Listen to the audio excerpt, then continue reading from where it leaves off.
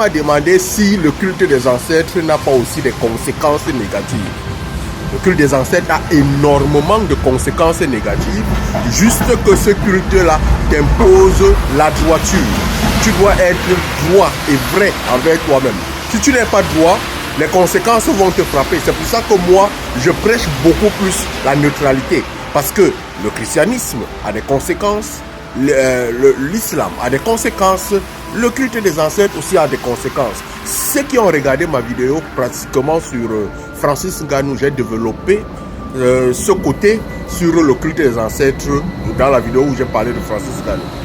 Si on va directement à parler par exemple de la région qui a le plus de fous au Cameroun, c'est l'Ouest Cameroun, mais c'est aussi la région qui a plus de riches. Mais la plupart des personnes qui ont des fous, ce ne sont même pas seulement des fous. Parce que après mes études, je parle de l'Ouest Cameroun parce que véritablement j'ai développé des études. C'est la région où on fait beaucoup plus le culte des ancêtres, où on respecte véritablement des ancêtres. Mais lorsque j'ai développé les études sur l'Ouest Cameroun, j'ai constaté que sur 10 familles, il y avait 8 qui avaient au moins un enfant qui avait un problème. Sur 10 familles, il y avait 8 qui avaient un enfant qui avait au moins un problème. Et toutes dans l'Ouest Cameroun, on retrouve énormément de fous. Comment est-ce que ces folies viennent? Comment est-ce que ces maladies dans les familles viennent? Comment est-ce que ces difficultés viennent? C'est qu'il y a des gens qui se sont retrouvés à entrer dans des choses, à faire des pratiques même qu'eux-mêmes ils ne comprenaient pas. À faire des pratiques qu'eux-mêmes ils ne comprenaient pas pour pouvoir respecter parfois les ancêtres, pour pouvoir faire quelque chose qui va leur permettre d'avoir de l'argent. Il y a des gens qu'on a donné des gris-gris qui ne connaissent même pas la signification du gris-gris parce que parfois c'est interdit de trop demander de savoir les conséquences. Mais lorsque les conséquences viennent, tu es largement surpris. Ça c'est seulement le cas des gris-gris. Il y a un autre côté qu'on peut peut-être, par exemple noter au niveau de l'Ouest Cameroun.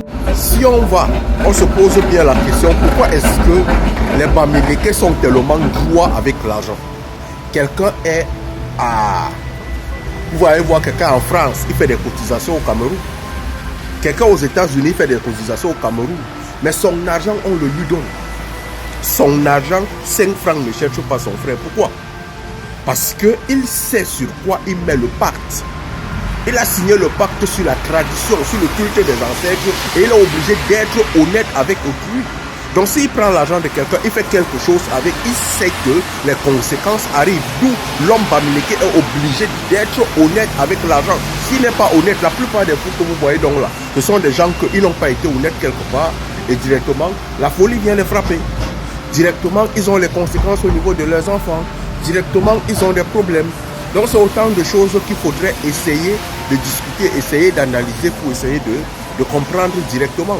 C'est pas seulement au niveau de cette dignité. En fait, il y a tellement de profondeur au niveau du culte des ancêtres que bon, peut-être j'en ferai une vidéo plus tard. Allume ton cerveau, mon frère.